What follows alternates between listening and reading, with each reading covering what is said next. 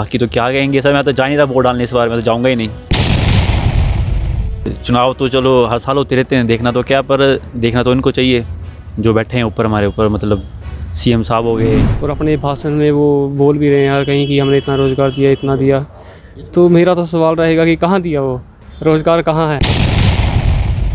लोकसभा के साथ साथ हिमाचल में 6 विधानसभा क्षेत्रों में भी उपचुनाव हो रहे हैं। इन चुनावों में क्या मुद्दे हैं, युवाओं का क्या मानना है, तमाम तरह की बातें हैं जिन्हें लेकर हमारे संवाददाता ने सीधे ग्राउंड पर उतरकर जानना चाहा। आज हम आपको इसी से जुड़ी वीडियो रिपोर्ट धर्मशाला से दिखाने जा रहे हैं। सर, मेरा नाम स्वाति चौहान है। चुनाव हो रहे हैं, धर्मशाला में भी चुनाव हो रहा है, लोकसभा और विधानसभा के चुनाव हो रहे हैं, आप किस तरह देखते हैं चुनावों को? सर, सबसे पहले मैं कहना चाहूँगी ये बहुत बड़ा उत्सव है हम सब के लिए कि चुनाव जब आते हैं तो इसको एक हर्ष और उल्लास के साथ हम सभी को इसमें भागीदारी अपनी सुनिश्चित करनी चाहिए, क्योंकि जो पहले चुनाव हुए हैं उसमें भी देखा गया है कि हम लोग ये सोचते हैं कि आज छुट्टी है या फिर क्यों जाना चुनाव देने के लिए, अपना मत प्रयोग करने के लिए। तो खासकर मेरा महिलाओं से, युवाओं से और सभी से ये आग्रह रहेगा कि अपने मत का प्रयोग ज़ोरों शोरों से करें, क्योंकि हमने खासकर महिलाओं ने भी, वुमेन मैं कह रही हूँ कि हमने बहुत सारा स्ट्रगल फेस किया है कि हमें जो ये अधिकार मिला है ये यूं ही नहीं मिला है।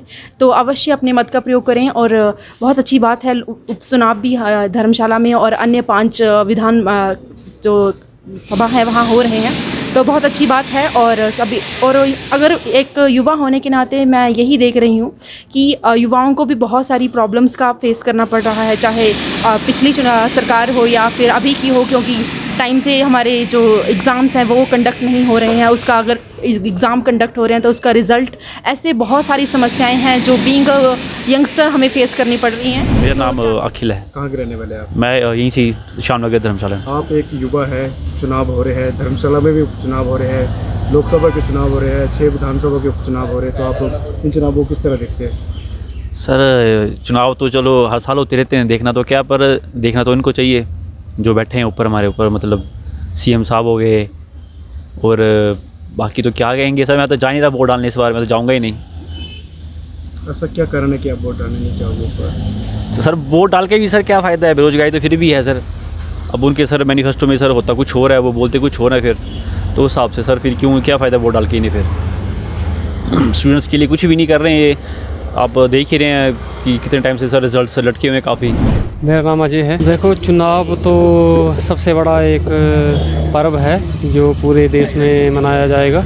तो चुनाव का जो सबसे बड़ा इस बार मुझे लगता है मुद्दा रहेगा हिमाचल में, मैं हिमाचल की बात करूँगा, वो रहेगा अनएम्प्लॉयमेंट। आपने देखा होगा कि हिमाचल प्रदेश बेरोज़गारी के दर में पहला स्थान है इस बार।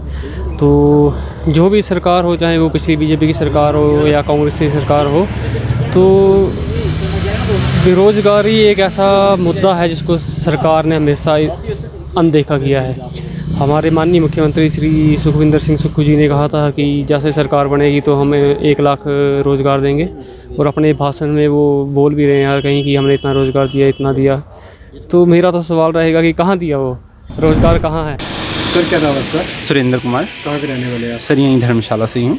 पहले तो ये एक राष्ट्रीय महोत्सव है, सभी को जो है अपने मत अधिकार का प्रयोग करना चाहिए, और जितने भी युवा उनसे मेरा आग्रह रहेगा कि वो अपने अपने मत का प्रयोग करें। और युवाओं के लिए सबसे बड़ा मुद्दा जो इस टाइम बेरोजगारी, जैसे कि आज ही आपने अखबार में देखा होगा कि अभी तक जो है 15 सालों में सबसे ज़्यादा जो है वो बेरोजगारी दर है। तो इसके लिए सभी सरकारों को प्रयत्न करना चाहिए। जैसे आप केंद्र की सरकार देखें या राज्य की सरकार देखें, तो उन्होंने अभी तक कोई ऐसा बड़ा कदम नहीं लिया जिससे कोई बेरोजगारी ख़त्म हो। जैसा कि हम जानते हैं, यहाँ हिमाचल में अब 1 जून को पोलिंग होने वाली है, और सेंट्रल गवर्नमेंट और स्टेट गवर्नमेंट में बाई इलेक्शंस होंगे।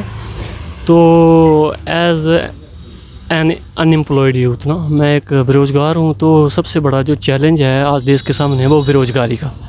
जो बेरोज़गारी दर है वो निरंतर बढ़ रही है, और जो आपके जो पब्लिक सेक्टर है, जो सरकारी क्षेत्र में है, वहाँ पर जो रोज़गार की संख्या है वो कम हो रही है। और अगर एग्ज़ाम कंडक्ट करवा भी रही हैं एजेंसियाँ, तो वहाँ पर जो ट्रांसपेरेंसी है वो एक सबसे बड़ी समस्या जो उभर के आई है। एक बच्चा 2-3 सालों से तैयारी करता है, वो एग्ज़ाम में अपेयर होता है, उसके बाद जब पेपर जो है वो बोलते हैं कि लीक हो गया है, फिर उसके वो 2-3 साल जो है वो वेस्ट हो जाते हैं। तो मैं सेंट्रल गवर्नमेंट से और जो स्टेट गवर्नमेंट्स हैं उनसे हमारी ये दरख्वास्त रहेगी कि वो जो हैं वो इस जो प्रोसेस को है वो ट्रांसपेरेंट किए करें, ताकि जो है वो जो युवा है, बेरोज़गार युवा है, जो अपना बहुत कीमती जो समय है वो इस तैयारी के लिए दे रहा है, तो उसे बाद में इन सब जो चैलेंजेस हैं उनका सामना ना करना पड़े।